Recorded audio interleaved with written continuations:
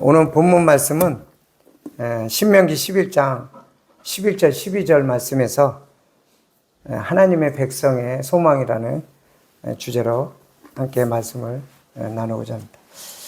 지금 그 11장 11절 12절 읽은 내용은 하나님이 약속하신 젖과 꿀이 흐르는 이 가나안 땅에 대한 이 복된 내용에 대해서 이와 같이 기록을 하셨습니다. 근데 이제 그 이전에 10절에 보면 이러한 말씀이 있습니다. 내가 들어가 얻으려 하는 땅은 내가 나온 애굽 땅과 같이 아니하다. 거기서는 너희가 파종한 후에 발로 물대기를 채소밭에 땡과 같이 하였거니와 이렇게 되어 있어요. 애굽이라는 데는 어떤 데라는 거예요? 수자원이 풍성하다는 거예요. 그래서 댐으로 물을 가두고 때에 따라 필요한 것을 가져다 쓸 수 있는 곳이라는 거예요. 근데 이 말씀의 내용으로 이렇게만 비교해 보면 애굽 땅이 지내기가 더 좋아 보여요. 그리고 그때 자기 필요한 거를 언제든지 쓸 수 있어 보입니다. 그래서 소돔과 고모라를 멸하시긴 전인고로 하는 그 아브라함과 롯이죠. 롯이 이렇게 각자의 그 땅을 찾아갈 때 롯이 소돔과 고모라를 바라볼 때 그랬어요. 하나님의 동산 같았고 그 다음에 굉장히 애굽 땅과 같았더라 이렇게 나와요. 이건 뭐냐면 이 좋은 표현이에요. 자기 눈에 보기에 좋았다는 거예요. 어떻게 좋았다는 거예요? 애굽은 비옥하고 풍요롭고 살기에 적합하게 보인 그러한 롯의 판단이 있다고 하는 것입니다. 애굽이라는 거는 그런 거예요. 눈에 보이기에 부족함이 없어 보이는 곳이에요. 넉넉하고. 그래서 그 이스라엘이 애굽으로 이주하게 된 과정 많이 알잖아요. 그렇죠? 그 야곱이 그 기근이 들고 요셉이 애굽에 팔려서 총리 대신이 되고 그 바로가 요셉의 함께 하심에 대한 그 이적과 이런 것들 흉년에 대한 거, 풍년에 대한 걸 듣고 제2인자를 세우는데 모든 정권을 다 주잖아요. 그때 출애굽에서 야곱이 산 곳에서 애굽으로 이주하게 되는 게 애굽의 사건입니다. 애굽에서 지낸 사건이 430년이라고 기록되어 있고 어디서는 400년이라고 이렇게 기록되어 있어요. 그거는 이제 실질적으로 그들이 고통 가운데서 부르짖었던 기간에 그걸 30년 사이로 이렇게 기록을 한 것 같습니다만은 이러한 그들이 애굽에서 종살이를 하면서 고통 가운데 부르짖음을 하나님께서 들으셨다 이렇게 말씀하시고 이제 출애굽이 되고 지금 여기에 말씀은 하나님이 약속하신 가나안 땅에 대한 말씀을 11절 12절을 하는 거예요. 젖과 꿀이 흐른다고 그랬어요. 근데 이 11절 12절에 이렇게 보면 산과 골짜기가 있다 이렇게 얘기했어요. 일반적으로 산과 골짜기가 있다는 거는 우리가 이 시내 같은 또랑 이게 아니라 큰 계곡, 위에서 보면 막 협곡 같은 산으로 이렇게 높은 산으로 둘러싸여 있는. 그러면 이게 11절 내용으로 보면 이게 살기 적합하다고 볼 수 있는 환경이 아닌 거예요. 이 애굽에 비해서는 자신들이 할 수 있는 것이 별로 없는 곳이에요. 그러니까 눈으로 볼 때는 그렇게 좋아 볼 수가 없어요. 근데 하나님은 젖과 꿀이 흐르는 곳이다 이렇게 말씀하셨어요. 그게 하나님이 약속하신 그 약속에 따라 가나안 땅을 지칭하는 것입니다. 그러면서 뭐라 하냐면 하늘에서 내리는 비를 흡수하는 곳이다 이렇게 말씀하셨어요. 여기는. 애굽 땅은요. 눈에 보이는데도 넉넉하기 때문에 필요하면 파종을 하고 필요하면 물을 댈 수 있고 언제든지 즉각적으로 사람이 행할 수 있는 곳이 애굽의 땅이에요. 근데 하나님이 약속하신 가나안 땅은 뭐예요?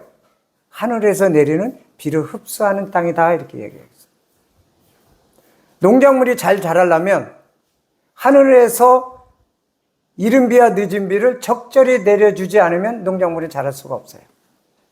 그리고 그 땅이 그것을 잘 흡수하지 않으면 그 땅이 풍요로운 열매를 맺을 수가 없어요. 그러니까 하늘에서 적기에 그 필요한 것을 내려줘야만 하는 곳이고, 그리고 그 땅은 그것을 흠뻑 잘 흡수해야만 적과 흐르는 그러한 안정적으로 평안한 땅이 된다고 하는 것입니다. 이 말씀은 우리에게 무엇을 시사하냐면, 이 애굽의 땅은 너희들이 눈에 보기에는 좋아 보일지 모르지만 그것은 하나님이 함께하는 땅이 아니라는 거예요. 근데 가나안 땅은 하늘에서 내리는 것은 우리가 무엇을 바라봐야 돼요? 이 땅에 눈에 보이는 것을 바라볼 수 있는 형편이 아닌 거예요.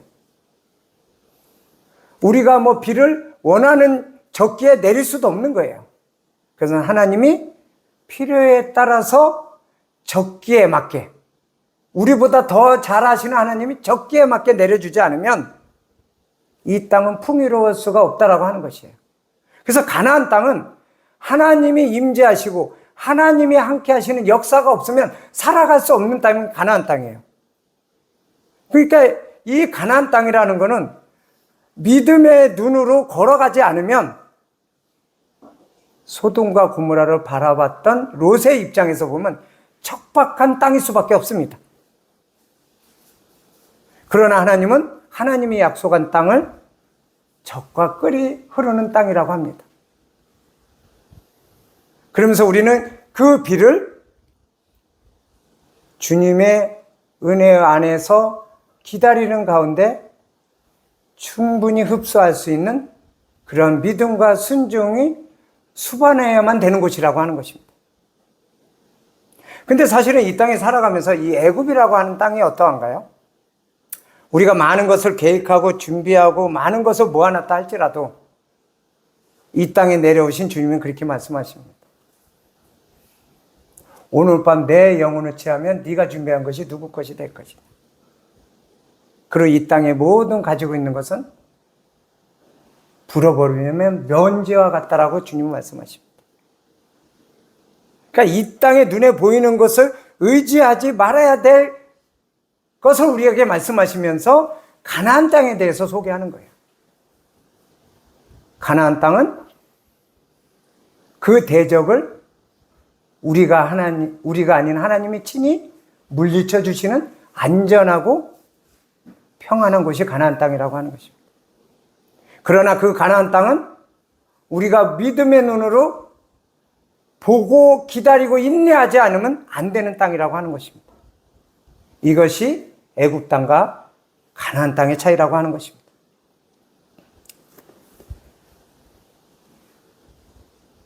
사실은 우리가 이 땅에 살아가면서 제일 연약한 부분이 무엇이냐면 기다리지 못한다고 하는 것입니다.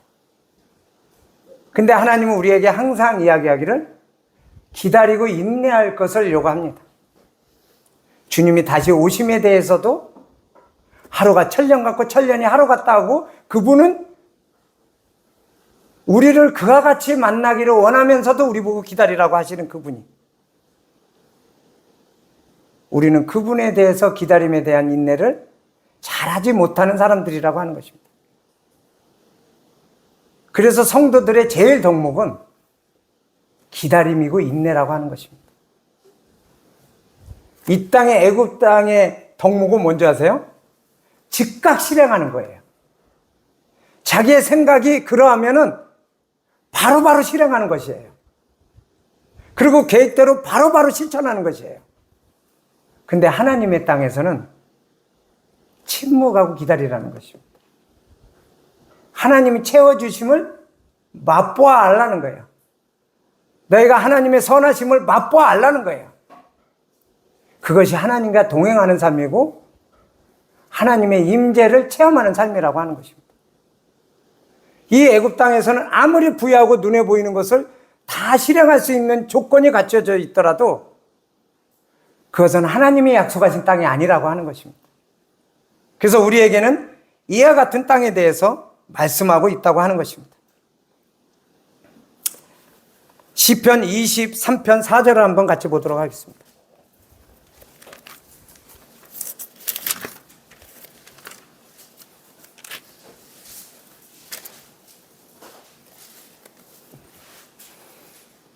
내가 사망의 음침한 골짜기로 다닐지라도 해를 두려워하지 않을 것은 주께서 나와 함께 하심이라. 주의 지팡이와 막대기가 나를 안위하시니라. 우리 많이 알고 있는 내용들입니다. 여기서 사망의 음침함이라고 하는 것은 이 죽음의 그림자가 두려워지는 그늘과 같은 곳이라고 하는 것입니다. 우리 인생들은 어떻게 잘 살아가는 것 같지만 아까 애굽 땅의 예를 든 것처럼 사실 사망의 그늘과 그림자 가운데 살고 있는 거예요. 자신들만 모르는 거예요. 근데 거기에 우리 성도들도 동일하게 걸어가고 있다고 하는 것입니다. 그 골짜기를 이 골짜기는 어떤 거예요? 계곡이에요. 협곡. 아까 얘기는 우리 가나안 땅에서도 보여준 그런 곳이에요. 그러한 것을 다닐지라도 하나님과 함께하는 사람의 복을 이야기하는 거예요. 해를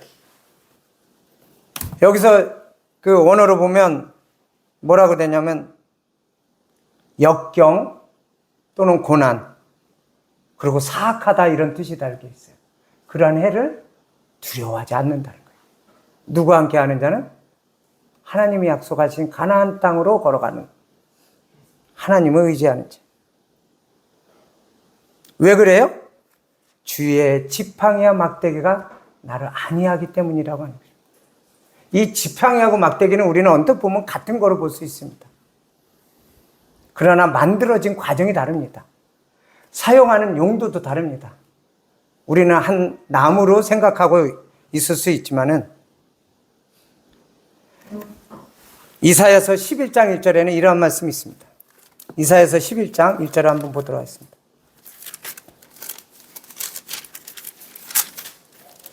이새의 줄기에서 한 싹이 나며 그 뿌리에서 한 가지가 나서 결실할 것이다. 여기 우리 예언이죠, 이거. 이거 누구를 지칭하는 것 같아요? 아시죠? 네, 이새의 줄기는 누구예요? 다윗왕을 이야기하는 거죠? 다윗왕의 후손에서 뭐가 나온다는 거예요? 한 가지가 난다. 그리스도 예수님을 예언하고 있잖아요, 여기서. 근데 우리 아까 사망의 골짜기에 대 주의 지팡이와 막대기를 볼 때 이 다윗왕은 목동이었잖아요. 목자란 말이에요. 양들을 돌아보는 사람이었단 말이에요. 그러니까 이런 시적인 걸 표현하면서 그 현상을 아는 거예요. 하나님이 우리에게 어떤 존재라는 거예요. 이 목동들은요, 두 가지를 가지고 다닙니다. 하나는 뭐예요? 막대기라고 하는 것이에요. 또 하나는 뭐예요? 지팡이라고 하는 것이에요. 이 용도가 달라요. 막대기는 목동들이 보통 허리춤 이렇게 늡니다. 약간 어떤 느낌이 들어요? 몽둥이 또는 뭐가 들어요? 권총 또는 단도 같은 느낌이잖아요. 무엇인가를 물리치려고 할 때 허리춤이 는다면 막대기는 그래야 하다는 거예요. 지팡이는요, 무엇인가를 의지하기도 하고, 또 어떤 교회에서는 양들이 눈이 멀잖아요. 자기 고집대로 또 앞을 많이 못 보잖아요. 그럼 어때요? 잘못된 길로 갈 때 지팡이는 길어요. 그죠? 그로 방향을 인도하거나 딱 끄집어내서 앉거나, 그리고 이 지팡이는 어떤 역할을 하냐면 이게 측량하는 역할도 한다고 그러더라고요. 목동에서. 물이 깊다? 그러면 양을 인도하려면 양이 빠지잖아요. 양이 먹기 좋은 정도의 높이가 돼야 되는 거예요, 물이. 그걸 재고. 또 진흙이 뻘이 깊으면 빠지잖아요. 그 깊이를 재는 용도로 지팡이를 쓴다는 거예요. 이게 두 가지를 쓰는 거예요. 근데 이 막대기와 지팡이는 어디서 출처냐면 그 이스라엘 그 유명한 그 많은 것들이 뭐예요? 감람나무잖아요. 감람나무. 감람산이라고. 주님 감람산에 오르시다 뭐 이랬잖아요. 우리 지금으로 하면 올리브나무. 이 막대기는 어디서 취하냐면 이 감람나무가 이렇게 크면 줄기가 큰 몽둥이 같이 단단한 게 나와요. 그걸 잘라서 쓰는 거예요. 근데 이 단단하게가 어느 정도냐면 이 뭉치를 뭉쳐서 치면 거의 도끼 역할을 한다는 거예요. 그냥 그 다윗왕이 그때 막대기하고 물맷돌 그 골리앗 그거 나오는 게 그게 나온 거예요. 그러니까 다윗왕이 내가 사자 입을 찢고 막 이런 얘기 나오는 거예요. 이 막대기가 양을 지키기 위해서 목숨 거는 거예요. 근데 이 지팡이는 어디서 나오냐면요. 같은 그 감람나무인데 뿌리에서 올라오는 줄기예요. 그래서 사실은 줄기지만 뿌리 줄기예요. 뿌리라는 거예요. 얘의 특성은 감람나무지만 뿌리라는 거예요. 그래서 이 지팡이는 어떤 역할, 이 지팡이 그 뿌리에서 나온 그 줄기는 뭐로 쓰냐면 이스라엘에서 보통 뿌리에서 줄기가 많이 나오잖아요. 그럼 보기도 거칠고 안 좋으니까 다 제거를 한대요. 근데 한두 개 남겨둔대요. 제거한 것들은 이제 지팡이로도 쓰고 그러는 거예요. 한두 개 남겨두는데 한두 개는 뭐로 써요? 묘목나무로 쓰는 거예요. 얘가 생명을 가져다 주는 거예요. 얘를 갖다가 심으면 감람나무가 되는 거예요. 뿌리하고 막대기에 다른 거예요. 근데 여기에 11장 1절 보면은 이사야 11장 1절 지금 읽어보면 이새의 줄기라고 이렇게 나와 있어요. 그러면서 한 싹이 나온다. 이 줄기가 지금 여기서 얘기하는 이게 호테로라고 하는 거예요. 히브리 말로. 호테로. 줄기, 몸통에서 나온 거. 근데 한 싹이 나오며, 한 싹이 나며, 이 한 싹이라는 게 호테로라는 거예요. 그 뿌리에서 뭐가 나온다고요? 한 가지 나온다. 이게 네체로예요, 네체로. 아까 지팡이 역할을 하는 거. 근데 이거 누구를 지칭한 거예요? 그리스도 예수님을 지칭한 거예요. 주님은 뿌리에서 나온 네체로 같은 분이라는 거예요. 근데 그런 주님이 지팡이가 되신다는 거예요, 지금. 이 말씀인 거예요. 그러한 또 감람나무는 또 막대기가 돼서 나를 안위하는 거예요. 이 안에는 또 그리스도 예수님의 그 속성이 이 안에 담겨 있다고. 그분이 우리를 안위한다는 거예요. 안전하다는 거예요. 막대기가 지팡이 역할을 보셨잖아요. 안전하다는 거예요. 이 땅의 어느 곳을 다닐지라도. 그래서 이 한 가지가 나는 그 네체로 되신 주님. 그래서 사실은 이거는 좀 약간 좀 이 벗어난 얘기일 수 있는데 어떤 데서는 그 나사렛이라는 명칭이 여기서 유래했다는 얘기도 있어요. 네체로가 이렇게 나자르, 나사르 뭐 이런 얘기도 있어요. 주님을 묘사할 때 이사야서에서 뭐라 그래요? 그는 마른 땅에서 나온 줄기 같아서 이 뿌리에서 나온 모양이 거칠고 흠모할 만한 아름다운 것이 없더라. 근데 그분은 무엇을 주는 분이에요?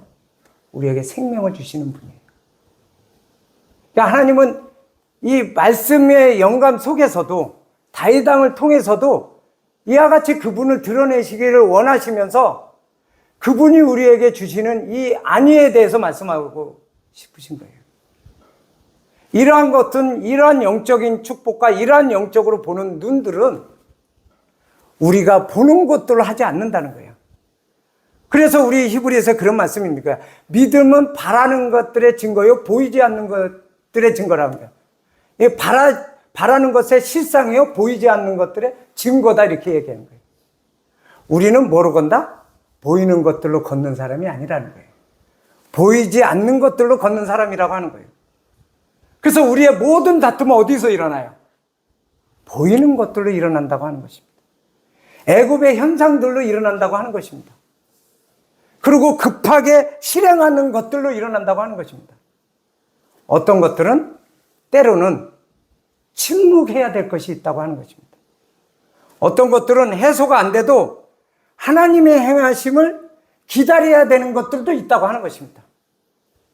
이것이 우리가 믿음으로 걷는 삶이라고 하는 것이고, 이것이 우리가 이와 같이 내가 사망의 음침한 골짜기를 다닐지라도 해를 두려워하지 않는 것은 주의 지팡이와 막대기가 나를 안위하시니라. 그러면 여기에 그거를 번역으로 하면 어떻게 되는 거예요?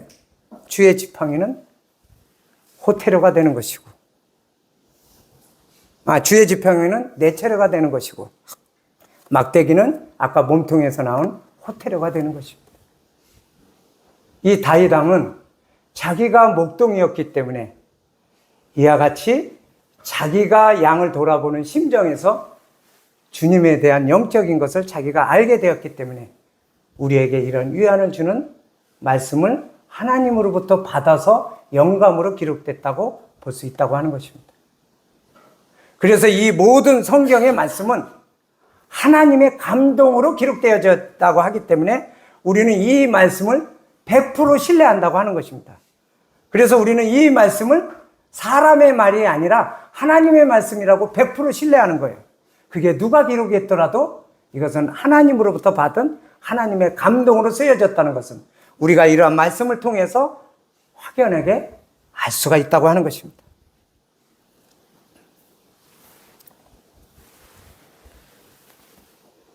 이 감람나무의 그 아까 막대기라는 거는 몸통에서 나왔다고 했잖아요. 그 단단함이 순간적으로 내리치면 도끼와 같은 힘을 낼 수 있는 단단함이라고 하는 것입니다. 근데 이 지팡이는 가늘고 길어서 대신에 쉽게 부러지지 아니하지. 그래서 주님은 그러잖아요. 상한 갈대 지팡이 같은 거를 의지하지 말라고, 누구를 의지하지 말라고 할 때 얘기해요? 애굽을 의지하지 말라고. 갈대 막대기라고 얘기합니다. 이 갈대와 같은 지팡이는 어떻게 돼요? 의지하면 부러져요. 근데 그 말씀에 보면 어떤 내용이 있냐면 너희를 찌른다 그렇게 얘기해요. 갈대 한번 매끈하게 잘라지지 않고 비스듬하게 잘려지면 어떻게 되나요? 나를 의지하게 할 지팡이였는데 오히려 나를 찌른다는 거예요. 성경은 명확히 그렇게 기록되어 있어요. 그래서 우리가 주님을 의지하지 않고 살아가는 삶은 아무리 자기가 지적으로 우수하다 할지라도 하나님은 그 지적인 것을 패할 수밖에 없다는 것이에요. 우리는 지적인 동의가 아니라 영적인 동의가 되는 사람이 되어야 된다고 하는 것입니다. 이제 저희가 이러한 생명을 가진 우리 성도들의 소망에 대해서 몇 가지 말씀을 나누고 오늘 좀 빨리 정리하도록 하겠습니다. 베드로전서 3장 12절에서 13절입니다.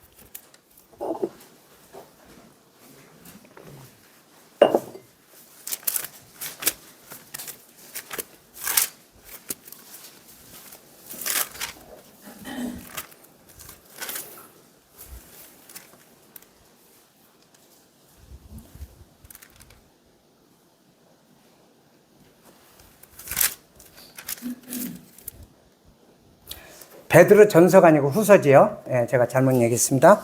베드로 후서 3장 12절 13절입니다. 하나님의 날이 임하기를 바라보고 간절히 사모하라. 그날에 하늘이 불에 타서 풀어지고 체질이 뜨거운 불에 녹아지려니와 우리는 그의 약속대로 의에 거하는 바 새하늘과 새 땅을 바라보는다. 이 새하늘과 새 땅이 뭐예요? 우리가 이 땅에서 배웠던 하늘나라 가나안 땅을 이야기하는 것입니다. 우리는 본향이 이 땅이 아니라는 거예요. 우리는 이 땅의 삶을 어떻게 살아가야 될지를 애굽 땅을 비교하면서 하나님 말씀하셨어요. 우리는 하나님으로부터 공급하는 삶을 살아가야 되는 하나님의 백성이고 시민권을 가진 사람이라는 거예요. 우리의 본향은 영원한 새하늘 땅, 의가 거하는 주님이 함께하는 주님이 약속하신 젖과 꿀이 흐르는 그 가나안 땅에 그 영원한 본향으로 들어갈 사람이라고 하는 것입니다. 우리는 이러한 소망을 가진 사람이에요. 그래서 사실은 이 땅의 것을 가지고 치열하게 다툴 일은 없어요, 사실. 근데 우리는 여전히 보이는 것들로 인해서 치열하게 다툴 수밖에 없는 연약한 존재이더라고 하는 것입니다. 그럼 또 우리가 인정을 또 안 하면 또 안 돼요. 왜요? 주님이 그랬잖아요. 그분이 우리를 체휼할 수 있는 이유가 뭐라 그랬어요? 그분이 사람이 되셨기 때문에 사람의 연약함을 친히 겪으셨기 때문에 아시기 때문에 그러한 우리를 용납하실 수 있는 분이라는 거예요. 그러면 우리도 그와 같은 은혜 안에서 서로를 용납할 수 있는 마음을 가져야 된다고 하는 것이 주님이 마음이라고 하는 것입니다. 우리에게 완전함이 있다라고 주장하는 것은 위험할 수도 있다고 하는 것입니다. 왜냐면 우리는 이 말씀에서 이와 같은 것이 다 드러나 있어요. 우리는 언제 완전해져요? 의에 거하는 그 나라 들어갔을 때 우리가 어떻게 변화된다고 그랬어요? 그분과 같이 변화된다고 그랬어요. 그분같이 변화되는 거는 그분이 이미 친히 우리한테 보여주셨잖아요. 그분이 십자가에서 달려 돌아가시고 부활하신 뒤에 동일한 사람을 입으셨기 때문에 어땠어요? 눈물도 흘리셨고 피곤하셨고 배고파하셨고 우리하고 다를 게 없어요. 근데 그분이 부활하신 그분의 몸은 문이 닫혔는데 들어가고 이 벽이 막혔는데 지나가는 몸이에요. 이 천한 몸이 불가고 이 썩을 몸이 썩지 않은 몸을 입고 영광스러운 몸으로 변화돼. 그러면 이제 거기 가선 보이는 거로 다툴 일이 없어요. 다퉈지지도 않고. 그러나 지금은 있다라고 하는 걸 인정해야 된다고 하는 것입니다. 그걸 가지고 판단을 하면 안 된다는 거예요. 우리는 동일한 그러한 연약한 존재라는 걸 인정해야 된다는 거예요. 우리는 이 땅에서 완전한 자가 아니라는 거예요. 근데 주님은 우리를 알아가고 배워가고 성장하는 그것을 뭐라 그래요? 주님을 닮아가고 주님을 아는 지식에서 자라가고 이게 뭐예요? 성화돼 간다고 하는 것입니다. 그러나 우리는 그분 앞으로 갔을 때 그분과 같이 영광스러운 몸으로 변화되면 우리는 이미 성화는 끝났다고 하는 것입니다. 완전해지고 온전해졌다고 하는 것입니다. 이제 그분을 이제는 거울로 보는 것 같지만 이제 우리가 함께 계신다는 걸 믿음의 눈으로 보는 거지 우리 눈에 실제 보이는 게 아니잖아요. 그러나 이제 우리 본향으로 가면 실제 본다는 거예요. 그분과 같이 된다는 거예요. 완전한 거예요. 그 완전함을 주님이 샘플로 보여주신 게 부활하셨을 때 모습이에요. 그래서 우리는 이 땅에 살아가면서 어떤 부분이 있었을 때 그런 부분을 명확히 말씀해서 기초를 다져놔야만이 우리가 오해할 수 있는 판단들이 안 생긴다고 하는 것입니다. 이것이 우리들의 소망이라고 하는 것입니다. 이와 같은 내용은 고린도전서 15장 51절에서 54절에 말씀이 있습니다. 고린도전서 15장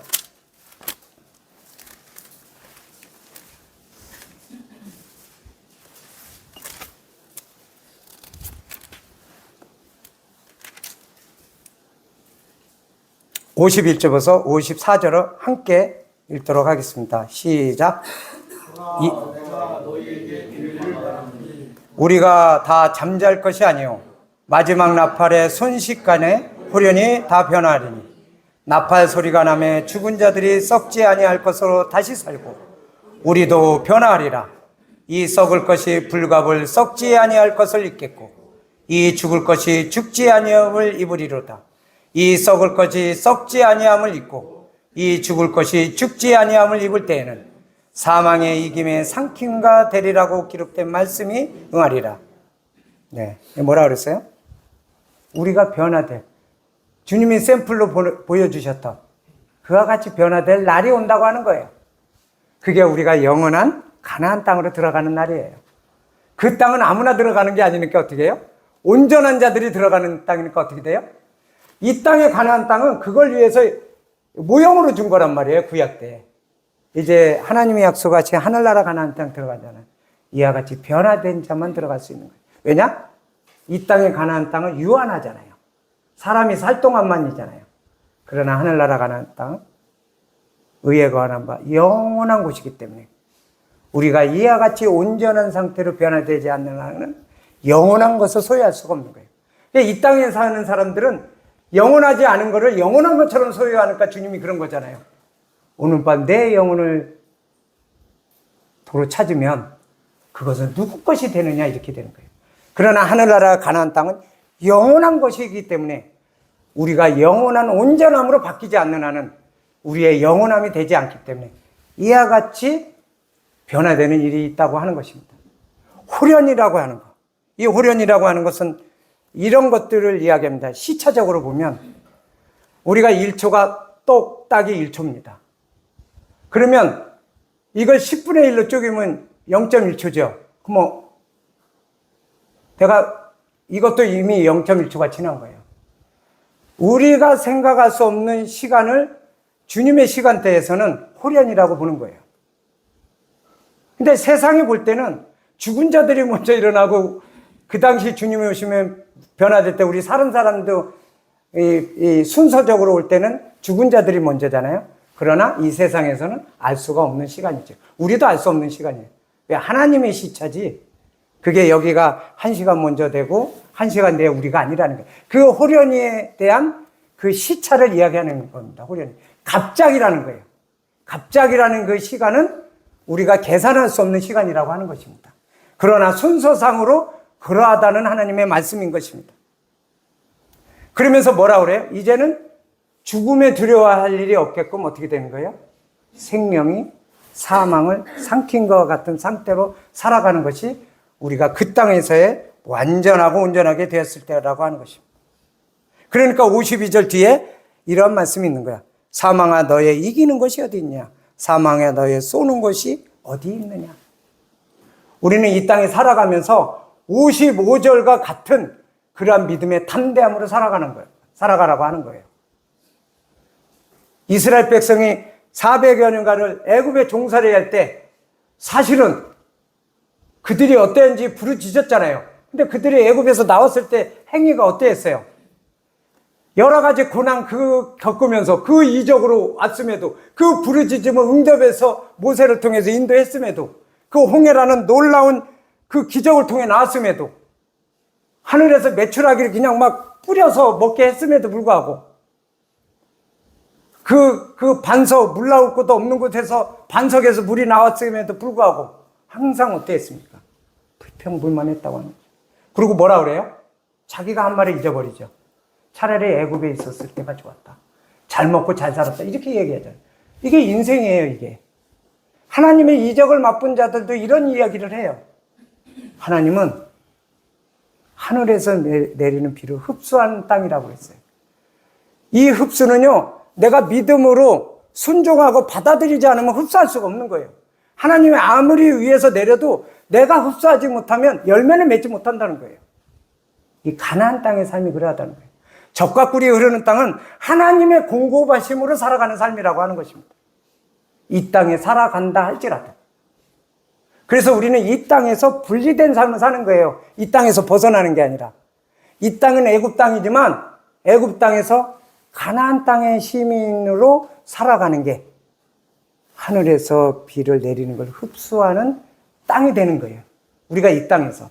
그러한 삶 가운데 우리가 그 나라로 이와 같이 변화돼서 가게 될 때 우리는 영원히 주님이 깨끗하게 해놓으신 아무런 대적도 없고 기쁨, 즐거움, 눈물과 슬픔도 없고 그러한 곳에서 온전하게 함께하는 것이 우리의 본향이라고 하는 것입니다. 이제 명절 되면 여러 성도님들이 고향을 가게 될 것입니다. 이 땅에서도 고향을 그리워하잖아요. 그러나 주님은 말씀하십니다. 너희들의 본향이 여기에 있었으면 그것을 찾았을 거였지만 너희들의 본향은 저기에 있다 하면서 하늘나라의 가나안 땅을 주님이 말씀하고 있다고 하는 것입니다. 빌립보서 3장 20절하고 22절 한번 보도록 하겠습니다. 빌립보서 3장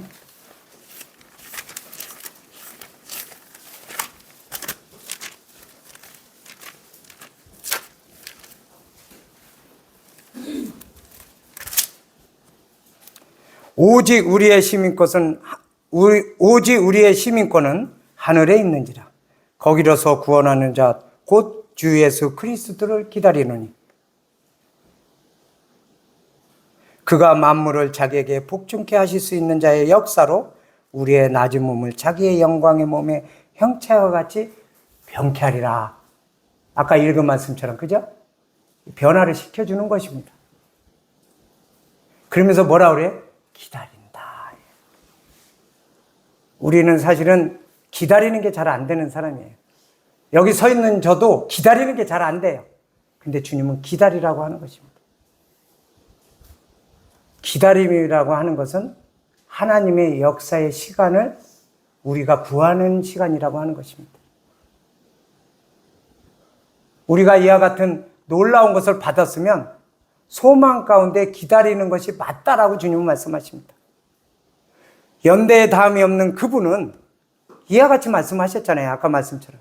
하루가 천년 같고 천년이 하루 같다. 우리가 더디다고 하지만 그분은 더 더디게 생각할 수 있고, 또 우리가 너무 오래 걸린다고 하지만 그분은 하루 같을 수도 있는 거예요. 우리는 그분을 신뢰하고 신부는 신랑을 기다리는 것이 마땅하다고 하는 것입니다. 베드로전서 1장 4절입니다.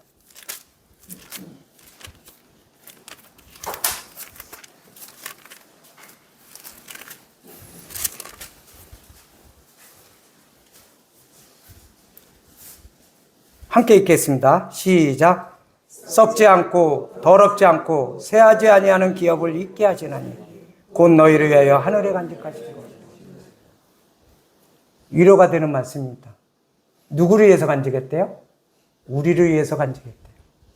그러한 주님이 우리를 빨리 보고 싶어 하십니다. 빨리 보고 싶어 하시는 주님이 2000년이 지났어요. 그러나 그분은 지체하지 않고 속히 오시겠다고 분명히 말씀하셨습니다. 우리가 기다리는 사람이 소망 가운데 있지 아니하면 우리는 보이는 것들에 대해서 많은 다툼이 일어날 수밖에 없다는 것을 우리가 말씀을 통해서 위로를 받고, 내가 사망의 음침한 골짜기를 다닐지라도 해를 두려워하지 않는 것은 주의 지팡이와 막대기가 나를 안위하신다는 그 말씀 안에서 이 땅에 대해서 당당하고 당대하게 그렇게 살아갈 수 있기를 바라는 마음을 가지면서 마지막으로 에레미야서 한 절을 읽고 마치도록 하겠습니다.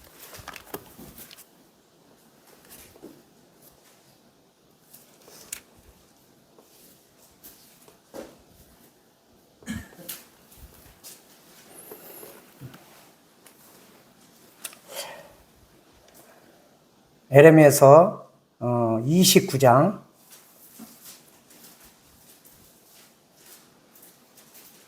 11절입니다. 하나님의 마음을 여러분에게 마지막으로 읽어드리고 마치도록 하겠습니다. 나 여호와가 말하노라. 너희를 향한 나의 생각은 내가 하나니 재앙이 아니라 곧 평안이요 너희 장래에 소망을 주려 함입니다. 이것이 하나님이 우리를 향한 선하신 생각입니다. 우리는 이 땅에 살아가면서 이걸 못 느껴서 힘들어하는 거예요. 그죠? 하나님은 우리에게 좋은 것으로 이미 주셨고 이와 같이 위로를 해주시는 것을 생각하고 이번에 고향에 내려가더라도 주님 안에서 즐거움과 기쁨을 풍성히 누리고 또 건강하게 또 뵙게 되길 바랍니다. 이상으로 마치겠습니다.